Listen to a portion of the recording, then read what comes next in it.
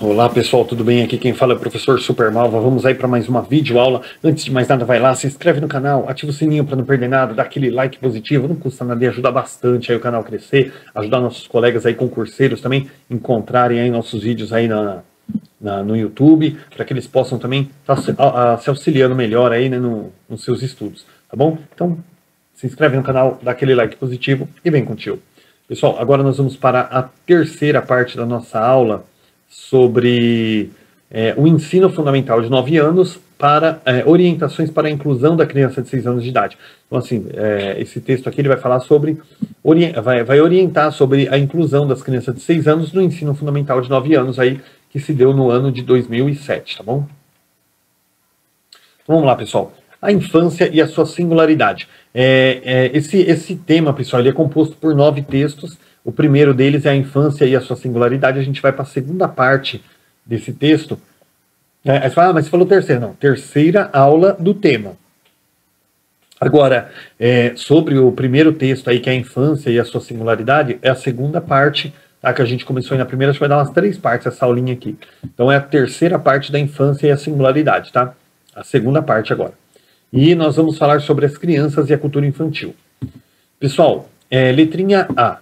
A criança cria cultura, brinca e com isso reside na sua singularidade.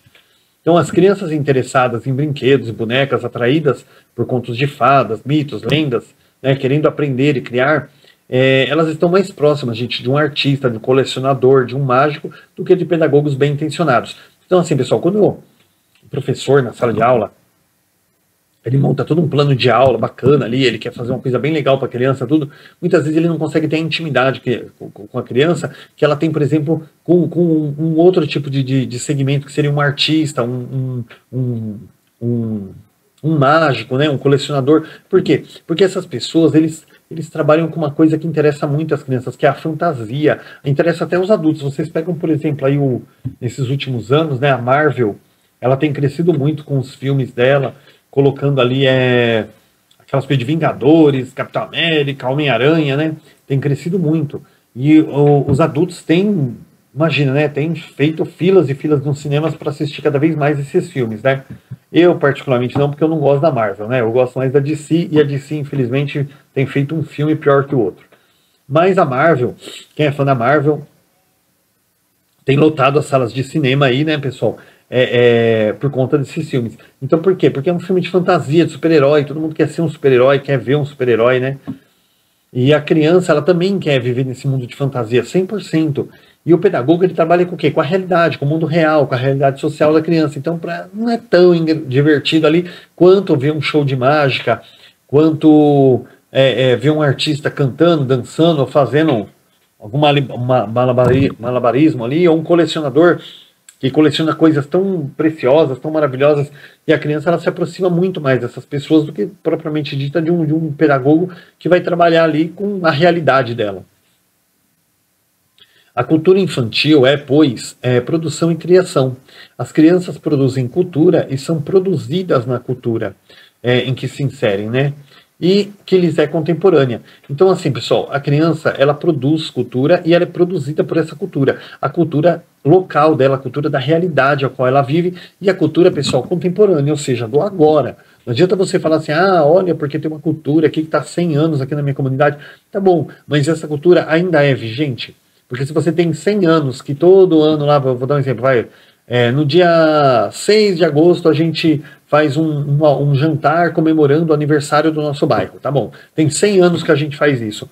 Ainda faz? Faz. Então é uma cultura contemporânea, está acontecendo ainda. Agora, se você falar assim, olha, por muitos anos comemorou o aniversário do bairro, tal, tá, mas acontece isso hoje? Não. Então a criança não se apropria dessa cultura. Ela não é produzida por essa cultura porque é uma cultura que já passou. Você tem que trabalhar com agora, com a cultura que a criança vive agora, tá bom? Então ela produz cultura e ela é produzida pela cultura do seu local ali, do seu meio e do seu tempo, tá bom? Aí vem uma pergunta, pessoal, para que nós façamos para nós mesmos, né? As nossas escolas, pessoal, elas têm oferecido condições para que as crianças produzam cultura, tá? Então, a pergunta que nós temos que fazer, e se a resposta for não, pessoal, a gente precisa repensar o nosso método de trabalho, né? Os materiais que a gente dá para a criança, os locais ali, os espaços para ela trabalhar, o tempo para ela trabalhar. Nós precisamos garantir esse tipo de coisa, tá? Não adianta você chegar para uma criança, né, e trabalhar com ela de uma forma mecanizada, com projetos prontos ali, com um plano de aula pronto, tá? A criança não vai se apropriar de nada, tá? Então a gente tem que realmente responder essa pergunta, e se a resposta for não, temos ali que readequar nosso trabalho, de modo a garantir à criança um espaço, um tempo, um material necessário para que ela possa produzir a cultura por ela mesma, tá? Letrinha B. A criança é colecionadora, ela dá sentido ao mundo, ela produz história. Como um colecionador, a criança caça, procura. As crianças, em sua tentativa de descobrir e conhecer o mundo, elas atuam sobre objetos e os libertam de sua obrigação de ser úteis, tá? Que seria a imaginação. Pessoal, no final da última aula aí, eu trabalhei bastante com esse tema, então eu não vou me estender muito aqui, porque na última aula eu já trabalhei muito com esse tema aqui. Tá? Que é a questão lá que a gente falou sobre, por exemplo, na fase adulta, a gente pode colocar aí, oh meu Deus, tem cada hora é uma coisa. A criança, por exemplo, nós pegamos ali um potinho de margarina, quando ele acaba a gente transforma numa Tupperware, ou um potinho de sorvete, ou outros utensílios aí, né? Uma camiseta velha, vira um pano de chão, uma toalha velha, né? Acaba virando um pano de chão. Então, assim, pessoal, a gente vai adaptando coisas, vai transformando coisas, né? E a criança, ela faz isso também numa forma de brincadeira, tá bom? Eu já tratei muito disso aí na última aula, então não vou me estender muito aqui, tá? Mas ela realmente tem aquele poder de libertar o objeto e transformá-lo no que ela quiser. A maioria de nós também tem caixas e gavetas em que verdadeiras coleções vão sendo formadas no dia a dia como partes de uma trajetória, né? Uma trajetória de vida. Eu, por exemplo, gosto de falar assim, pessoal, que eu tenho até hoje bastante DVDs, na época que o DVD estava no auge e tal, eu comprei ali um gravador de DVD, e ali, pessoal, eu fui à forra, que eu comecei a gravar muitos DVDs, fazer uma coleção gigantesca, vendi alguns aí para os amigos, né? Mas não ganhava dinheiro com isso, era mais uma coisa ali de diversão. Então eu tenho uma coleção ainda, eu desfiz de muitos filmes aqui, mas ainda tenho bastante filmes aí, que são realmente, uma coleção que para mim é maravilhoso. E se você pegar para o universo da criança, por exemplo, a criança abre aquela gaveta ali, às vezes ela não vai entender os filmes que estão ali, mas ela vê as capas. E quando ela vê uma capa, que ela vê um pirata na capa, não necessariamente Piratas do Caribe, eu tinha um filme aqui, eu desfiz dele, chamado A Ilha da Garganta Cortada, que era um filme de pirata de 1996. E a criança, ela olha ali o pirata, e ela vai viajar naquela foto ali, porque ela, olha o pirata, porque esse pirata, ele caçava o tesouro, porque ela começa a contar uma história a partir de uma capa de um DVD, né? Ou ela pega ali um outro DVD qualquer, de filme, ou até mesmo de desenho, e ela nem precisa assistir aquilo que está ali dentro. Só a capinha, a gente consegue fazer com que a criança viaje na imaginação dela, ela cria uma história só olhando para a capa, tá? Então, por exemplo, assim, nós que somos adultos, cada um gosta de fazer, um faz coleção de dinheiro, de selo, de tampinha, de calendário, né? Nos anos 80 era muita moda fazer coleção de calendário, gente. Meu Deus, ela tinha uma tia que ela tinha uma pilha, assim. Então, coleção de calendário também, hoje ninguém mexe com isso mais, ninguém usa mais calendário, mas na época, lá nos anos 80, não tinha celular, não tinha nada, as pessoas carregavam calendário na carteira, né? E eu tinha uma tia que ela tinha coleção de calendário e de chaveiro. Então, cada um faz aquilo que gosta, né? Coleciona aquilo que gosta. Eu gosto muito de filmes, então coleciono muitos DVDs e também livros, né? Ó, vou dar uma levantadinha aqui, deixa eu ajeitar aqui para a câmera não perder, ó. Eu tenho aqui uma mini biblioteca aqui, ó lá. Uma mini biblioteca aqui na minha casa, né? Que a gente faz aí como é professor, né? A gente tem bastante leituras recreativas também, mas cada um coleciona aquilo que gosta, né? Eu coleciono muitas coisas sobre o Harry Potter também, sou muito fã do Harry Potter, e cada um faz aquilo que gosta. E essas coleções da vida adulta, que para nós é tão importante, gente, na infância, a criança, ela também gosta de colecionar tralha, né? Que para nós é tralha, mas para eles não é, né? Tanto que, vou dar um exemplo aqui, o homem, né? A esposa vai mexer nas coisas, para a esposa a coleção do homem é tralha, para o marido a coleção da mulher é tralha. Então, assim, aquilo é importante, mas aquilo é importante, essa questão das coleções, por quê? Porque elas trabalham, gente, elas constroem ali a nossa história de vida, né? A gente vai construindo uma história. Olha, recentemente eu assisti um filme muito bacana, pessoal, que eu estava vendo nos estudos, umas videoaulas que eu dei aqui, e eu acabei me deparando com isso. É um filme de 1995, 1996, não lembro ao certo. Eu nunca tinha assistido. Eu já conhecia ele, mas nunca tinha assistido. Eu fui lá, baixei e assisti essa semana, chamado Colcha de Retalhos, com a Winona Ryder. E, cara, que filme impressionante. Eu vou querer assistir ele de novo, né? Que a moça vai pra casa da avó lá, né? Dá um tempinho do noivo, tá meio de saco cheio ali do noivado.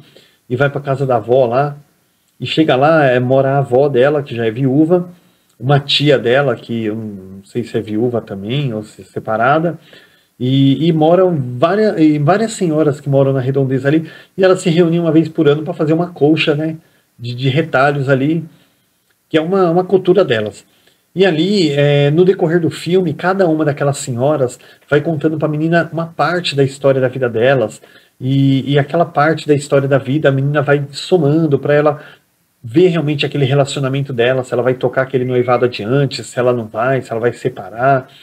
E realmente é uma coisa muito legal, assim, cada uma vai contando, né? E depois, bom, eu fiquei maravilhado, porque eu imaginei, né? Eu falei, aquela coxa de retalho, eles vão fazer uma coxa, né, de retalho, e cada retalho ali elas vão contar uma história daquele retalho. E na verdade não era bem isso.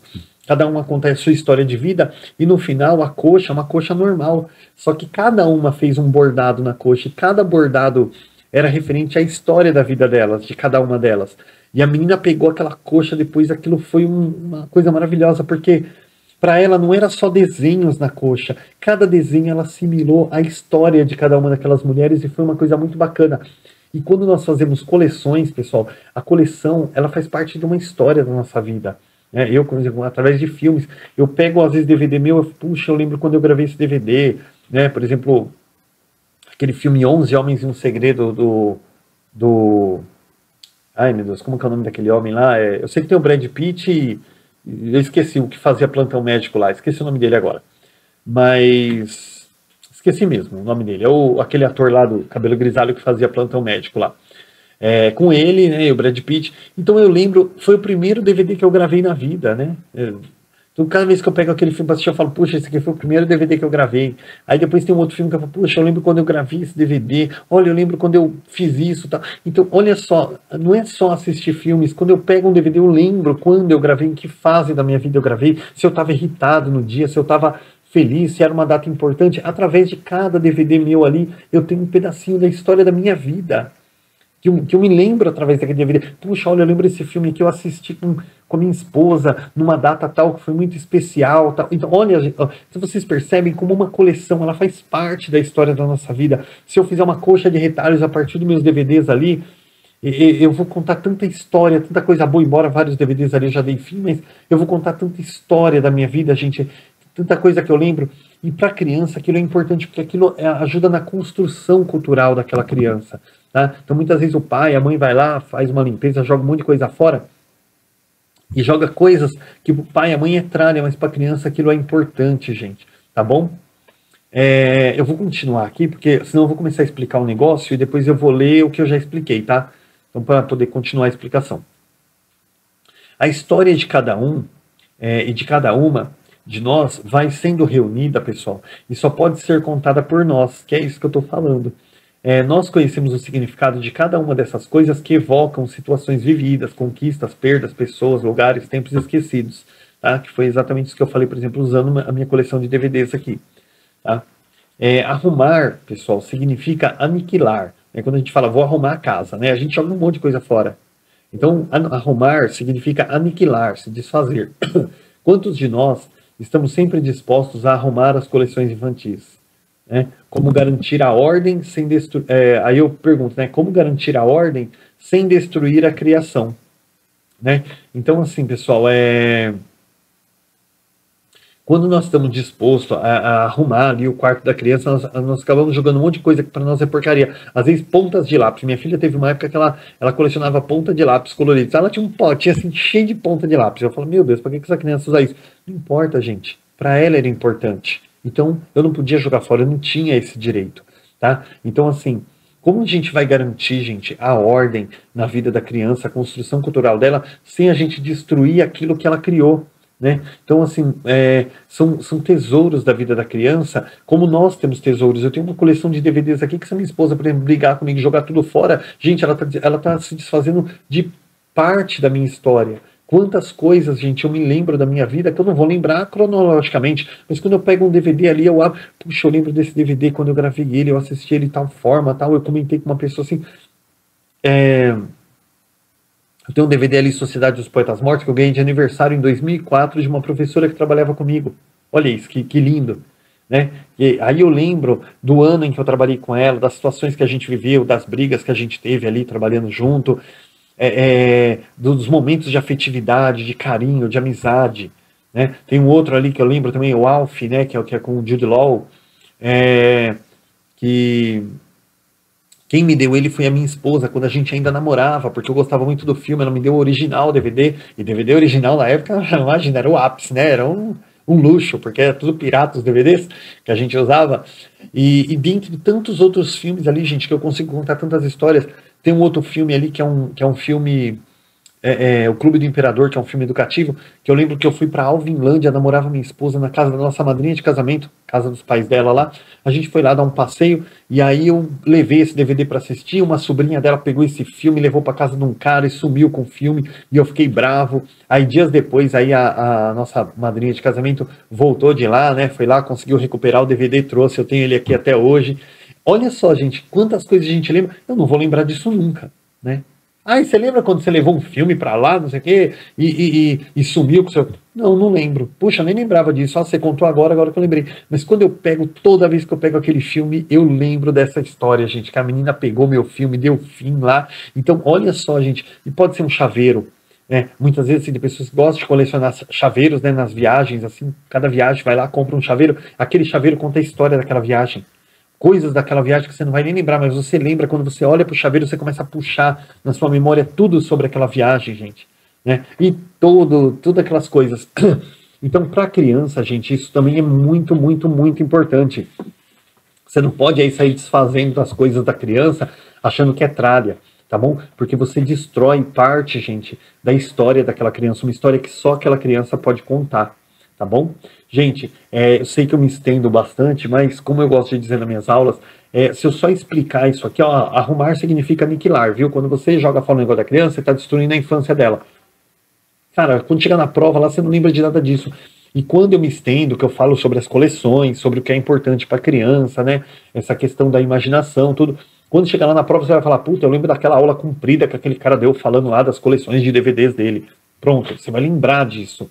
Então, por isso que eu gosto de estender um pouco, tá? Vamos lá, pessoal. Letrinha C. A criança, ela subverte a ordem e estabelece uma relação crítica com a tradição, tá? Olhar o mundo a partir do ponto de vista da criança pode revelar contradições e uma outra maneira de ver a realidade, tá? Também não vou me estender porque isso aqui está muito repetitivo. Então, quando você olha as coisas do ponto de vista da criança, pessoal, você começa a ver as coisas com outros olhos, tá? Você consegue ver as coisas ali, dar novos significados a coisas, tá? Então isso acaba dando aquela contradição com a realidade, porque a realidade é aquela coisa, um ferro de passar é um ferro de passar. Eu não sei se foi nessa aula ou se foi no final da outra que eu falei acho que foi no final da última aula que eu mencionei sobre o ferro de passar. Tem um ferro de passar aqui do meu lado, por isso que eu fico lembrando. Que lá quando saiu o Titanic, eu tinha uma irmã que era um pouco mais nova, então eu pegava o ferro de passar e curiosamente tinha um lençol em casa que era azul celeste. E quando tava aquele lençol na cama, eu passava o ferro assim, desligado, né? Passava o ferro em cima da cama, assim, ó, no lençol, bem devagarinho. E a gente brincava de Titanic, que era o Titanic cortando o oceano. Porque se você pegar o começo do filme, em que o Titanic começa a sair, aí mostra ele assim, cortando a água, né? Até os golfinhos pulando. E aí eu vinha com ferro de passar assim, ó, e aquele ferro, aquele bicão, lembrava muito o Titanic, gente. Então, quando você trabalha com a realidade, um ferro de passar é um ferro de passar. Você liga na tomada, ele esquenta e você passa a roupa. Agora, quando você trabalha com a imaginação, o ferro de passar, ele se torna o quê? O Titanic, né? Claro, um adulto não vai brincar sozinho, mas se fosse um adulto, por exemplo, hoje, né? Eu até usava até o vapor, puxa o gatilho e vai aparecer o Titanic soltando aquelas fumaças. Então, assim, gente, quando você trabalha com a imaginação, você entra em contradição com o real, porque você dá um novo significado às coisas, tá bom? Desvelando o real, subvertendo a aparente ordem natural das coisas, As crianças falam não só do seu mundo e da sua ótica de crianças, né? Mas também do mundo adulto, da sociedade contemporânea. Então a criança ela consegue interpretar muitas coisas no mundo através da imaginação dela, através da cultura dela, daquilo que é natural para ela. Ela consegue também subverter a aparência natural, né, do mundo adulto, né? Então, por exemplo, não é só em relação aos brinquedos ali, mas como eu falei, vou dar aqui um exemplo de novo aqui do ferro de passar, né, gente? O ferro de passar é um objeto adulto, mas ela consegue dar um novo significado para ele também. Outra coisa, né? Ah, o ferro estragou, né? Não funciona mais. Você tem uma porta lá que não pode dar um ventinho de nada, uma brisa que a porta já fecha e bate. Então você pega aquele ferro pesadinho mesmo, usa ele para calçar a porta ali, né? Ó, o ferro já serviu aí para calçar a porta, né? Não serve mais para passar roupa, você dá um novo significado. A criança, ela tem esse poder, né? Aqui em casa nós temos um celular, aqueles celulares antigos de abre e fecha, sabe? Que bem, não tem mais serventia. A gente usa ele hoje para calçar a porta da cozinha aqui, porque às vezes ela fica batendo. Então, olha só, a gente foi lá e deu um novo significado pro celular, né? Calçar a porta ali. A gente usa ele, encaixa ele ali e ali funciona, né? Não serve para mais nada mesmo aquele telefone. Então, assim, pessoal, vocês entendem isso? Essa importância, né, de ver as coisas pela visão da criança, porque a criança ela consegue não apenas modificar o mundo dela, mas o mundo dos adultos também. Conhecer a infância e as crianças favorece que o humano continue sendo o sujeito crítico da história que ele produz e que o produz também. Então, assim, pessoal, quando você conhece a infância, conhece as crianças, vê as coisas pelo ponto de vista da criança, o adulto, gente, ele continua sendo um sujeito crítico da história que ele mesmo produz, né, e que a história que o produz também. Então, quando você se permite sonhar, quando você se permite imaginar, porque o adulto, ele muitas vezes não se permite esse tipo de coisa, né? Ele acha que é coisa de criança, mas quando você se permite sonhar, tal, você continua produzindo a sua cultura e sendo produzido por ela. Tá? Você se permite estar em constante transformação.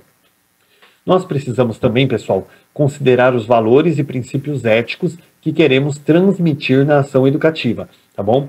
Então, assim, nós temos que trabalhar ali com a questão da ética. Então, quando você chega e bloqueia uma criança e fala assim, ah, isso aqui tá errado, olha, não, um ferro de passar é um ferro de passar, ele não é um navio para você ficar empurrando. Gente, acreditem, tem toneladas de professores que fazem isso. Eles conseguem destruir o sonho da criança ali, né? Dizer para a criança que um ferro de passar não vai ser um navio nunca. Claro, não vai ser um navio, mas a criança pode brincar com o navio, ela pode explorar aquela imaginação dela, tá? Então, assim, a gente tem que ter essa ética, né, do que nós vamos transmitir, né, na ação educativa. A criança chega e fala, professor, eu peguei um ferro de passar em casa e eu brinquei que ele era um navio, assim, na cama do meu pai. Ele estava desligado, eu brinquei que ele era um navio. Nossa, que legal. Que tal você fazer uma historinha e contar pra gente? Aí a criança não sabe ler, não sabe escrever. Você vai fazer o quê? Ela vai desenhar um navio ali e tal. Depois ela vai pegar aquele navio que ela desenhou, que ela pintou, e vai contar a historinha pros coleguinhas do navio. Você explorou aquilo que a criança tinha. Você não chegou e falou, ferro de passar não é navio. Vamos nos ater à atividade aqui. Gente, você está bloqueando a criança. Então você tem que explorar aquilo ali, tá bom? Então tem que ter essa ética também do que nós queremos transmitir para a criança na ação educativa, tá? Que é o quê? A valorização da construção da criança, tá bom? Letra D, pessoal. Para a gente fechar essa aula. As crianças a criança pertence a uma classe social. Tá? Então as crianças, gente, elas não formam uma comunidade isolada, elas são parte de um grupo e suas brincadeiras expressam esse pertencimento. Então as crianças, gente, elas fazem parte do mesmo mundo do adulto. Tá? Elas têm uma cultura própria, tudo, mas elas não são uma comunidade isolada. Ela está tanto em contato com a cultura dela quanto em contato com a cultura do adulto. Tá bom? Então ela não está ali isolada, ela não é separada do mundo adulto. As crianças, pessoal, não são filhotes, né? Elas são sujeitos sociais. Elas nascem no interior de uma classe, de uma etnia, de um grupo social. Então, como diz aqui, a gente não pode aí separar a criança. E quando você fala, elas não são filhotes, tem um exemplo que eu gosto muito de citar, que é do livro... Aliás, eu não sei se está no livro, mas está no filme O Caçador de Pipas, que o homem, ele queria que o filho fosse... valente, né, se defendesse e tal, e o menino, ele era um menino todo acuado, assim, ele não tinha coragem de enfrentar os outros garotos, e o pai ficava bravo, e o amigo do pai falou assim, Filhos não são como livros de colorir, né? Você não pode pintá-los com as suas cores favoritas, né? O seu filho vai desenvolver uma boa personalidade, vai se tornar um bom homem, mas ele não pode, você não pode querer que ele seja igual a você. Então eu nunca vou esquecer essa frase, né? Então, assim, as crianças, elas não são livros de colorir, elas não são filhotes, elas não estão ali para você dar a minhoca na boca delas, né? Igual faz com o passarinho, com o pintinho, né? Eles são sujeitos sociais, eles já têm a cultura própria, eles pensam, eles têm imaginação, eles constroem a sua própria cultura e o seu próprio desenvolvimento. Você não pode querer que a criança seja como você determina, tá bom? Então elas nascem ali no interior de uma classe, de um grupo, de uma etnia social, mas elas se desenvolvem por elas mesmas, tá? No entanto, apesar do seu direito de brincar, para muitas crianças, o trabalho é imposto como meio de sobrevivência. Considerar simultaneamente a singularidade da criança e as determinações sociais e econômicas que interferem na sua condição exige reconhecer a diversidade cultural e combater as desigualdades e condições e a situação de pobreza da maioria das nossas populações, com políticas e práticas capazes de assegurar igualdade e justiça social. Ou seja, pessoal, vamos voltar aqui do começo, né? Tem muitas crianças, pessoal, os filhos dos pobres, né? Que o trabalho ele é imposto como meio de sobrevivência. Vou aproveitar o gancho, esse filme Caçador de Pipas, que tá lá um homem rico, né? Que é viúvo, tem o filho dele. E ele tem um empregado que também tem um filhinho. E o filho do homem, ele tem os brinquedos, ele brinca, se diverte. E o filho do empregado tem que ajudar o pai nos trabalhos.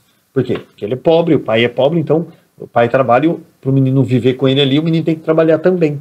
Então teve essa desigualdade, tá? Então, para você trabalhar, buscar modificar essa situação, você tem que considerar, pessoal, simultaneamente a singularidade da criança e as determinações sociais. O que é a singularidade da criança? Gente, o ser social da criança, aquele eu dela, né? Não é ela no todo, mas é ela no pessoal. O que ela pensa, o que ela deseja, o que ela gosta, o que ela pode construir na vida dela e considerar simultaneamente, pessoal, as determinações sociais e econômicas que interferem na sua condição. Por exemplo, uma criança pobre, gente, o que ela pode fazer dentro das condições dela? Ou uma criança rica, né? O que ela pode fazer dentro das condições dela? Tá bom? Então você tem que considerar a singularidade da criança, mas considerar as determinações em que ela vive também, tá? Você não pode simplesmente considerar ali a criança assim, olha, você é capaz de explorar o mundo inteiro, tá bom, mas ela tem condições para isso? Não. Então tem que ser considerado simultâneo a singularidade dela dentro das condições em que ela vive, tá bom? É necessário reconhecer a diversidade cultural, gente, e combater a desigualdade de condições, né? Que é aquela coisa, né? A criança rica, ela tem ali toda uma vida prática, tem o pai, a mãe trabalha e ganha dinheiro, a vida dela é uma maravilha. A criança pobre, ela tem que trabalhar e ajudar o pai. Ela não pode muitas vezes viver aquela infância de brincar. E inclusive nesse filme Caçador de Pipas, eu falo do filme porque ele é mais prático, tá, pessoal? O livro tem muito conteúdo aí e acaba desfocando. Quem quiser assistir o filme, tem muita referência aqui dessa aula. O filho do empregado, o menino ficava chamando ele para brincar, ele olhava pro pai e o pai falava assim, termina aqui, aí você pode ir lá brincar. Então ele tinha que terminar o serviço, aí ele podia brincar um pouquinho com o filho do patrão. Então olha só que situação, né? Então tinha igualdade aí? Não tinha, ele tinha que trabalhar, fazer um serviço para depois poder brincar com o filho do patrão. E quando eles brincavam, o filho do patrão era muito bonzinho. Só que o filho do empregado era mais bonzinho ainda. Então o filho do empregado, como o amiguinho dele era filho do patrão, ele achava que ele tinha a mesma relação com aquele menino que o pai dele tinha com o pai do menino. Então ele se sentia empregado do menino. E muitas coisas ali que o menino queria, ele ia lá e fazia. Porque ele achava assim que, meu pai é empregado do pai dele, então eu sou empregado dele. Então ele se colocava sempre no patamar abaixo daquele outro coleguinha. Então, olha só que desigualdade, gente. A criança, ela chega a pensar que ela é inferior a outra criança por conta de sua condição social, tá? Pessoal, agora nós vamos dar essa pausa aqui, porque nós vamos entrar em outra temática, tá bom? Para não quebrar, já deu aqui acho que 30 minutos, 29 minutos de novo, igual a outra aula. Então a gente vai dar uma pausa aqui, bebe uma aguinha, vamos no banheiro e vamos dar continuidade aí na quarta aula, tá? Para poder realmente não ficar quebrando temas, tá bom? Então a gente vai fazer uma pausa e volta daqui a pouquinho, tá bom?